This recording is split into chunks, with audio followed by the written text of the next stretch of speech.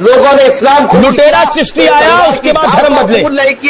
लुटेरा चिश्ती आया, उसके बाद धर्म बदले। लुटेरा चिश्ती आया, उसके बाद धर्म बदले। वीएनआई के दर्शकों को मेरा आदाब।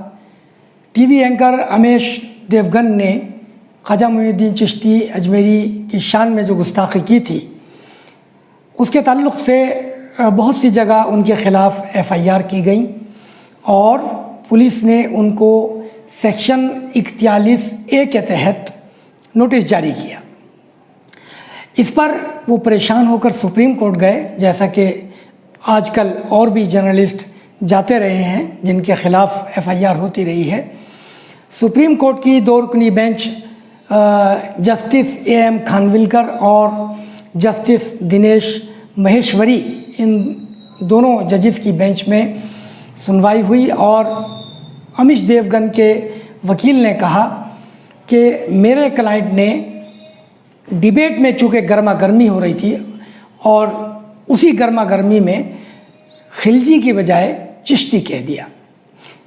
एक दूसरे उनके वकील ने कहा कि कई जगह यानी मुतअद्दिद जगह मुख्तलिफ जगह पर उनके ख़िलाफ़ एफआईआर की जा रही है और सेक्शन 41A के तहत की जा रही है, लिहाजा मेरे क्लाइंट को प्रोटेक्शन दिया जाए।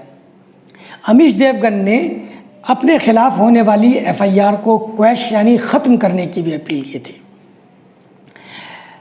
तो अब आप देखिए कि सुप्रीम कोर्ट ने उस पर जो कुछ कहा उसका हम अभी जायज़ा लेते हैं, लेकिन इससे पहले मैं एक बात अर्ज़ कर दूं कि सुप्रीम कोर्ट के फैसले के बाद या जो इंटरिम ऑर्डर है उसके बाद बहुत से हलकों में मायूसी है। बहुत से लोगों ने मुझे भी फ़ोन करके कहा कि अमीश देवगन के ख़िलाफ़ हमने एफआईआर कराई, लेकिन ऐसा लगता है कि हमारी कोशिश नाकाम हुई और सुप्रीम कोर्ट ने उनको राहत दे दी। ऐसा नहीं है, कानून को तमाम पहलुओं से जांचना बहुत ज़रूरी है। अमीश देवगन ने जितने मुतालबात किए थे उनमें से सिर्फ एक मुतालबा माना गया है। उन्होंने कहा था कि उनको प्रोटेक्शन दिया जाए, पुलिस गिरफ्तार न करे, उनको प्रोटेक्शन दे दिया गया है और पुलिस से कहा गया है कि इन्वेस्टिगेशन भी अभी रोक दी जाए और उनके ख़िलाफ़ कोई ऐसा इंतकामी कार्रवाई ना की जाए, यानी उनको अभी गिरफ्तार ना किया जाए। लेकिन बाकी चीज़ें मैं आपको समझाना चाहता हूँ।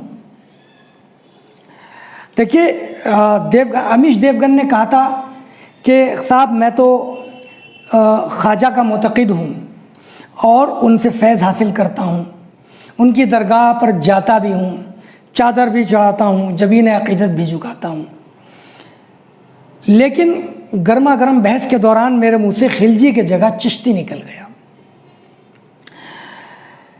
तो जो मुखालिफ वकील था, यानी जो शिकायत करने वालों के वकील थे, रिजवान मर्चेंट, उन्होंने कहा कि बहस को अगर देखा जाए तो देवगन ने 3 मरतबा लुटेरा चिश्ती का लफ्ज़ इस्तेमाल किया है। अब मैं यहाँ कुछ सवाल करना चाहता हूँ। एक सवाल यह है कि अगर वाकई देवगन अपने इस दावे में सच्चे हैं कि वो ख्वाजा के अक़ीदतमंद हैं, वहाँ जाते हैं, बकौल उनके ख्वाजा से फैज़ उठाते हैं, उनके दरबार में जबीन अक़ीदत झुकाते हैं, तो सवाल यह है कि वो कौन सा अक़ीदतमंद है कि जिसकी ज़बान से गलती से भी कोई गुस्ताखी हो जाए अपने पीर और मुर्शिद के ख़िलाफ़? मुझे नहीं लगता। इसी तरह जो डिबेट चल रही थी उसमें जो साहब डिबेट कर रहे थे मुसलमानों की तरफ से, वो ख्वाजा मोइनुद्दीन चिश्ती अजमेरी रहमतुल्लाह अलैह का जिक्र कर रहे थे। उसी पर उसने बार बार ये कहा कि वो लुटेरा चिश्ती, और आगे भी उसने कहा कि उसी के आने के बाद धर्म परिवर्तन हुआ। तो 3 मरतबा अगर गलती पहली बार हो जाती है, दूसरी बार आदमी सुधार लेता है, और फिर जिससे अक़ीदत हो उसके ख़िलाफ़ ऐसी गुस्ताखी। फिर एक सवाल यह है कि अगर आपको खिलजी और चिश्ती का फ़र्क मालूम नहीं है तो फिर आपको बहस करने का क्या हक़ है? इसका मतलब यह है कि आपने ना पढ़ा, ना लिखा, ना मुताला किया और आपने बहस शुरू कर दी। एक तीसरा सवाल मेरा यह है जो मैं अदालत के सामने भी रखना चाहता हूँ। अमीश देवगन के वकील ने कहा कि साहब वो गर्मा गर्म बहस हो रही थी और गुस्से में और हीटेड आर्गूमेंट्स के दौरान मेरे क्लाइंट के मुंह से खिलजी की जगह चिश्ती निकल गया। सवाल यह है कि आप जर्नलिज्म कर रहे हैं या गुंडाइज्म कर रहे हैं? जर्नलिज्म क्या चीखने चिल्लाने का नाम है? अपने जो आपने पैनलिस्ट बुलाए हैं, जिनको आपने बहस करने के लिए बुलाया है, वो आपने इल्मी बहस करने के लिए बुलाया है, एकेडमिक डिबेट के लिए बुलाया है, या उनसे हाथापाई करने के लिए बुलाया है? आदमी गुस्से में जब आता है जब दो पार्टी में हाथापाई हो रही हो।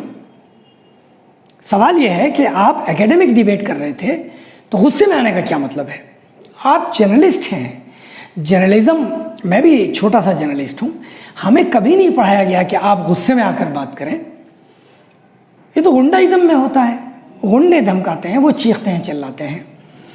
तो आपको गुस्सा क्यों आता है? अगर आपको गुस्सा आता है, you are not a journalist at all, आप जर्नलिस्ट नहीं हैं। अदालत को इस पहलू पर गौर करना चाहिए। फिर आप बहस करने वालों से इल्मी बहस करते हैं या उनसे ज़ाती दुश्मनी निकालते हैं? अगर आप ज़ाती दुश्मनी निकालने के लिए बुलाते हैं, फिर आपका गुस्सा जायज़ है। तो इल्मी बहस होनी चाहिए। और मैं बहस करने वालों से भी कहना चाहूँगा इस मौके पर कि आप उन एंकरों के प्रोग्रामों में हरगिज़ न जाएं जो चीखते और चिल्लाते हैं और जो आपको नीचा दिखाते हैं, जो आपको जलील करते हैं और आपकी मार्फत, आपके तवस्सुत से, आपके हवाले से पूरी मुस्लिम कौम को जलील करते हैं। और आप जलील कराने और जलील होने के लिए जाते हैं। खुदा के लिए आप इस पर गौर कीजिए। अब आइए आगे बढ़ते हैं। कहते हैं साहब कि उनके ख़िलाफ़ बहुत सी जगहों पर FIR हुई है। एक तरह ये भी है कि 100 से ज़्यादा FIR हुई हैं। ये इसलिए हुआ है कि पूरी दुनिया में ख्वाजा के अक़ीदतमंद मौजूद हैं, उनको गुस्सा है। और कुछ लोग सुप्रीम कोर्ट के इस इंटरिम ऑर्डर पर मायूस हैं। वो कहते हैं कि साहब जैसा अर्नब गोस्वामी के इशू पर हुआ वैसा ही यहाँ भी हो रहा है। मैंने पहले भी कहा था अपने इशू में कि अर्नब गोस्वामी का इशू अलग है, अमीश देवगन का अलग है। अर्नब गोस्वामी का इशू सियासी था, पॉलिटिकल था। मैं फ़र्क बताऊंगा। अमीश देवगन का जो इशू है वो फेथ का है, अक़ीदे का है और मजहबी जज्बात का है। दोनों में फ़र्क है। हमारे यहाँ हिंदुस्तान में पॉलिटिकली लोगों को मालूम नहीं क्या क्या कह देते हैं। आपस में पार्टियाँ एक दूसरे को गालियाँ दी जाती हैं, बड़े बड़े इल्ज़ाम लग जाते हैं, लेकिन वो पॉलिटिकल इल्ज़ाम होते हैं तो उन पर कोई ख़ास कार्रवाई होती नहीं है। लेकिन मजहबी जज्बात, हमारा मुल्क जो है वो सेकुलर होने के बावजूद बहुत से मज़हबों का मुल्क है, बहुत से मज़हब के मानने वाले यहाँ हैं। तो सेकुलरिज्म का मतलब यही है कि एक दूसरे के मजहबी जज्बात को आप ठेस नहीं पहुँचाएंगे। और इसकी बहुत सारी सेक्शंस हैं, कानून आइन में मौजूद है। अब मैं आपको बताता हूँ कि फ़र्क क्या है। अर्नब का केस सियासी था, उसने पॉलिटिकल बात उठाई थी। देवगन का मजहबी है, उसने मजहबी जज्बात को ठेस पहुंचाई है। अर्नब के खिलाफ सियासी लोगों ने FIR कराई थी, पॉलिटिकल लोगों ने। तो कहा जा सकता है कि साहब ये पॉलिटिकल इंतकाम की वजह से है। लेकिन देवगन के खिलाफ एक मखसूस मजहब और एक अक़ीदे के मानने वालों ने FIR कराई है, उनके मजहबी जज्बात को ठेस पहुंची है। इसी तरह से अब सुप्रीम कोर्ट में आ जाइए। अर्नब के खिलाफ बाकी जितनी FIR हुई थी वो सब कल अदम यानी कैंसिल कर दी थी सुप्रीम कोर्ट ने। सिर्फ 2 FIR को बाकी रखा था। दोनों में से भी पुणे वाली FIR को, जो ओरिजिनल FIR थी और जो एक मिनिस्टर ने कराई थी, उसको मुंबई ट्रांसफ़र कर दिया था। और एक और FIR थी मुंबई की, दोनों को मिलाकर क्लब करके, और इन्वेस्टिगेशन पर रोक नहीं लगाई थी लेकिन गिरफ्तारी पर रोक लगा दी थी। और एक चीज़ और थी बहुत ख़ास, अर्नब के मामले में सुप्रीम कोर्ट ने कहा था कि अब फर्दर कोई FIR नहीं होगी। लेकिन देवगन के मामले में क्या फ़र्क है समझ लीजिए। सुप्रीम कोर्ट ने कोई FIR कैंसिल नहीं की, नंबर 1। नंबर 2, जिन्होंने शिकायत की उसके खिलाफ जहाँ जहाँ FIR हुई उन सब को सुप्रीम कोर्ट ने पार्टी बनाने का ऑर्डर दिया। अमीश देवगन से कहा कि सबको इम्प्लीट कीजिए, शामिल कीजिए, पार्टी बनाइए, अपने साथ लीजिए उनको। और ये कहा कि हम उनको भी सुनना चाहते हैं। ये बहुत बड़ी कामयाबी है। इसका अंजाम क्या होगा मुझे नहीं मालूम, ये सुप्रीम कोर्ट ही बेहतर जानती है।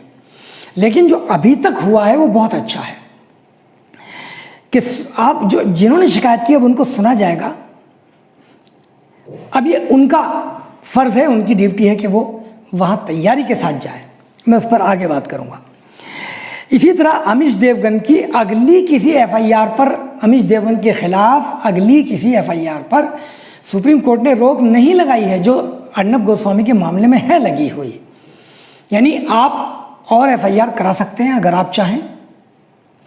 मैं आपको इंस्टिगेट नहीं कर रहा हूँ, लेकिन अगर आप चाहें, आपके जज्बात को ठेस पहुँची तो आप करा सकते हैं। सुप्रीम कोर्ट ने ऐसी कोई पाबंदी नहीं लगाई है।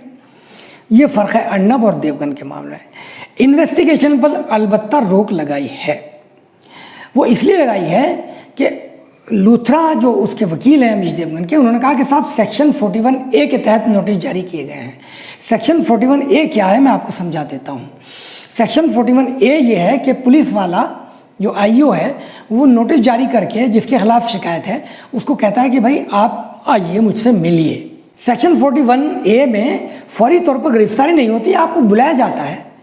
तो चूंकि कई जगह एफआईआर हो गई है और हर जगह से बुलाया जा रहा है, तो देवगन इसलिए परेशान हो गए कि हर जगह जाना पड़ेगा। और वही उनके वकील ने कहा भी है कि साहब मेरे क्लाइंट को कोटा बुलाया जा रहा है, अजमेर बुलाया जा रहा है। बुलाया ही जाएगा जब आप ऐसी बात करोगे। तो 41A में गिरफ्तार नहीं किया जाता, बुलाया जाता है। अब आप जान ही रहे, जाने से बच रहे हैं। तो जाने से बच रहे हैं, तो अब सेक्शन 41A में पुलिस वाले को इख्तियार है कि अगर उसको ये महसूस हो कि ये आदमी नोटिस के बावजूद भाग रहा है, आ नहीं रहा है, तो वो उसको गिरफ्तार कर सकता है। ये है वो सेक्शन 41A जिसकी वजह से ये घबरा रहे हैं। इसलिए सुप्रीम कोर्ट ने इन्वेस्टिगेशन पर रोक लगा दी है। ये कोई बहुत बड़ी बात नहीं है। ऐसी राहतें सुप्रीम कोर्ट देता रहता है सबको, और हक है ये। अगर ये कानून में है तो सुप्रीम कोर्ट ने दे दिया, तो कोई गलत नहीं किया। अब देखिए, मैं आपको एक जो बात बहुत ही इंपॉर्टेंट बताने जा रहा हूँ वो ये है कि अर्नब गोस्वामी के बरखिलाफ इस मामले में सुप्रीम कोर्ट ने तमाम शिकायत कुनिंदगान को, यानी एफआईआर करने वालों को पार्टी बनाने का ऑर्डर दिया और बहुत कम वक्त दिया अमीश देवगन को। कहा कि सिर्फ 3 दिन के अंदर अंदर इन तमाम लोगों को आप नोटिस भेजिए, अपने साथ शामिल कीजिए, पार्टी बनाइए और एफआईआर, आपने जो कुछ हमसे आर्गूमेंट किया है वो इनको भी बताइए और इनको कहिए कि आपको आना है सुप्रीम कोर्ट में तैयारी के साथ। और 8 जुलाई तक नोटिस रिटर्नेबल है, यानी कि जुलाई का जो पहला हफ्ता है उसके अंदर अंदर तमाम चीज़ें सुप्रीम कोर्ट के सामने आ जानी चाहिए। अब उसके बाद सुप्रीम कोर्ट कोई डेट देगा, हो सकता है 8 जुलाई को हो जाए, और उसमें सुनवाई होगी और जिन्होंने एफआईआर कराई है उनको सुना जाएगा। अमीश देवगन को तो सुप्रीम कोर्ट सुन चुकी है। अमीश देवगन अपने दिफा में जो कह सकते थे कह दिया है। हालांकि ये कोई ट्रायल नहीं हो रहा है, अभी तो इन्वेस्टिगेशन ही शुरू नहीं हुआ। ये कानूनी हक है हर अग्रीव पार्टी का कि वो एफआईआर कराए उसके खिलाफ जिसने उसको दुख पहुंचाया है। इन्वेस्टिगेशन भी कानूनी हक है, लेकिन सुप्रीम कोर्ट ने आर्जी पाबंदी लगाई है, मुस्तकिल पाबंदी नहीं लगाई है। हो सकता है सुप्रीम कोर्ट ये कहते हैं कि अब इन्वेस्टिगेशन होनी चाहिए, लेकिन मैं जो आपसे अर्ज़ करना चाह रहा हूँ वो ये है कि ओरिजिनल एफआईआर क्वेश्चन नहीं होगी। जो दूसरी एफआईआर थी उसको भी ख़त्म नहीं किया सुप्रीम कोर्ट ने, जितनी एफआईआर थी उनको भी ख़त्म नहीं किया। आइंदा जो एफआईआर हो सकती है उस पर भी पाबंदी नहीं लगाई। अब आपको सुप्रीम कोर्ट ने बुलाया, ये बहुत अच्छा मौका है। सुप्रीम कोर्ट का शुक्रिया अदा करना चाहिए आपको कि आपको सुनने का मौका दिया। अब रज़ा अकेडमी जिसने एफआईआर कराई है, और भी बहुत सी ऑर्गेनाइजेशंस हैं, जमीयत उलमा भी इसमें एक पार्टी बनना चाहती है। अब ये बहुत अच्छा मौका है, आप सुप्रीम कोर्ट के सामने जाइए और तैयारी करके जाइए, और अच्छी तैयारी करके जाइए। चीखिए चिल्लाइए मत अमीश देवगन की तरह, बल्कि एकेडमिक आर्गूमेंट कीजिए, कानून की रोशनी में आर्गूमेंट कीजिए। बताइए कि इसने इस्लाम और मुसलमानों के खिलाफ टिप्पणी की है, जानबूझकर की है, और पूरी दुनिया में इसका गलत मैसेज गया है। पूरी दुनिया के मुसलमान बेचैन हैं। सुप्रीम कोर्ट में भी इंसान बैठे हैं, वो आपकी बात सुनेंगे। आप अच्छी बात, बहुत ही पूरी तैयारी के साथ जाइए तो आपकी बात सुनी जाएगी। इसीलिए मैं कहता हूँ कि कानून का रास्ता इख्तियार कीजिए। आपके ख़िलाफ़ कोई कुछ भी कहे, कानून का रास्ता इख्तियार कीजिए। अगर हमें कोई दुख पहुँचा रहा है तो कानून के दायरे में रहते हुए उसके खिलाफ़ कार्रवाई करें। कार्रवाई से हमें नहीं भागना, कार्रवाई करनी है। सुप्रीम कोर्ट का शुक्रिया कि उसने एक बहुत अच्छा मौका दिया, और मुझे उम्मीद है कि उसके खिलाफ़ कार्रवाई होगी या जो भी होगा। लेकिन फ़िलहाल अभी तक सुप्रीम कोर्ट ने बहुत अच्छा रोल प्ले किया है, इस पर किसी को कोई शक करने की ज़रूरत नहीं है। आदाब। आपको ये एपिसोड कैसा लगा हमें कमेंट करके ज़रूर बताएं और इंडिपेंडेंट, फियरलेस और ऑनेस्ट जर्नलिज्म को सपोर्ट करने के लिए हमारे चैनल VNI को सब्सक्राइब करें। और अगर आप वदूद साजिद के आर्टिकल्स को पढ़ना चाहते हैं तो आप उनके फेसबुक पेज को भी फॉलो कर सकते हैं।